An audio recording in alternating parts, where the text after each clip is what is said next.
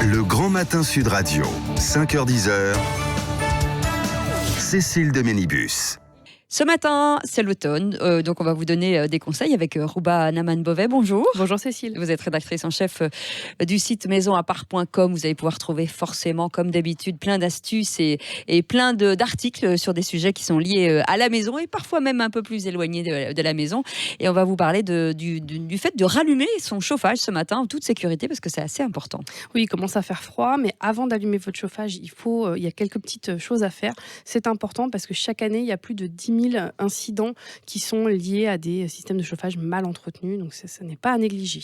On parle d'intoxication, bien sûr, et d'hospitalisation en tout genre. Alors d'abord, on passe directement sur la chaudière à gaz et au fioul. Voilà, alors pour ça, c'est assez simple parce que finalement la loi vous oblige à souscrire un contrat d'entretien. C'est-à-dire que vous devez avoir un contrat d'entretien, vous devez avoir un professionnel qui vient au moins une fois par an. Faut-il qu'il vienne en même temps ? Faut-il qu'il vienne ? Il faut l'appeler, évidemment. Ouais. Mais effectivement, il est censé venir vérifier le brûleur et les conduits, en fait, l'état des conduits. Les conduits doivent être propres. Si c'est pas le cas, c'est à lui de s'en charger. Donc, il faut que ce soit un professionnel qui intervient sur ces points-là. Et n'oubliez pas de laver vos bouches d'aération aussi dans votre salle de bain, dans la cuisine. Voilà. Ça se démonte et ça se lave. Tous les ans, il y a 3000 intoxications à cause du monoxyde de carbone. Donc, il faut absolument nettoyer les bouches d'aération en fait, dans votre salle de bain, par exemple, ou à côté de votre chaudière. C'est très important parce qu'effectivement, sinon, le monoxyde de carbone n'a pas d'odeur. Donc, en fait, le temps que vous vous rendiez compte qu'il y a un problème, vous êtes déjà évanoui. Souvent assez très tard. Compliqué. On en profite aussi pour rappeler quand même qu'il faut aérer sa maison 10 minutes par jour, Tout à fait. quelles que soient les températures extérieures. Exactement. On revient sur les cheminées, les poêles et les inserts. Là aussi, c'est une fois par an. Il faut penser au ramonage une fois par an. Ça aussi, c'est un réflexe en général qu'on a. Mais évidemment, il faut y penser en amont en fait, de la saison froide.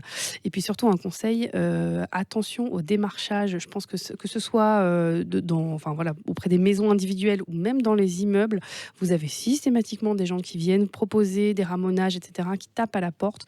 Attention, déjà, ça peut être un démarchage abusif. On peut essayer de venir vous voler, voilà. Mais surtout, il faut que ce soit absolument un professionnel qui vient ramoner vos conduits. Et comment on le sait ? C'est crucial. Alors, dans ces cas-là, il faut chercher quelqu'un qui soit certifié. Et quand vous faites appel à un professionnel, demandez-lui bien un certificat de ramonage. C'est quelque chose qui est opposable. En fait, si jamais il y a un accident, un problème, un incendie, votre assurance va vous demander ce certificat-là pour s'assurer que vous aviez bien fait votre travail en fait, de propriétaire.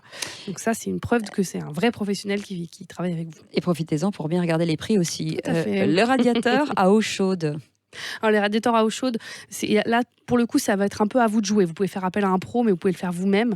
Il va falloir purger vos radiateurs avant de rallumer la chaudière. Il y a plein de gens qui savent pas comment faire. Et c'est très simple. Vous pouvez aller voir sur Maison à part. On vous a fait un petit tutoriel. Non, c'est pas si compliqué. Il y a un petit robinet en haut à ouvrir. Il faut laisser couler l'eau. Parfois, il faut quand même une pince. Je vous dis pas que ça se tourne à la main, mais laissez couler cette eau en fait dans un petit gobelet. Il faut laisser couler l'équivalent d'un petit verre pour être sûr qu'en fait, on a laissé échapper toutes les bulles d'air. Et ces bulles d'air, en fait, elles vont empêcher l'eau chaude de bien circuler dans votre radiateur. Et donc, vous n'allez pas avoir le même confort de chauffe. Vous allez avoir l'impression que ça chauffe pas assez bien. Vous allez peut-être monter le thermostat. C'est un peu contre-productif. Donc, purger, c'est pas si compliqué. C'est un peu galère, mais c'est pas si compliqué. Elle sait tout, c'est dingue. Les radiateurs électriques. Alors là, c'est la simplicité absolue, mais il faut quand même les dépoussiérer. Ah oui. Sinon, vous avez une chouette odeur de brûlé au moment où il se met à faire froid. C'est pas joli en plus. C'est pas joli et ça surconsomme. C'est-à-dire qu'effectivement, si au niveau de l'entrée d'air, vous avez c'est un peu poussiéreux, ça a un peu accroché, et en fait, ça va moins bien aspirer l'air, ça va moins bien chauffer. Pareil, ça va surconsommer. Donc, un petit coup d'éponge humide, de lingette humide pour dépoussiérer. Et ce sera parfait. Merci beaucoup, Rouba Naman-Beauvais, rédactrice en chef de maisonappart.com. Et puis, vous allez trouver, bien sûr, plein d'astuces et plein de conseils sur ce site. N'hésitez pas à aller le consulter.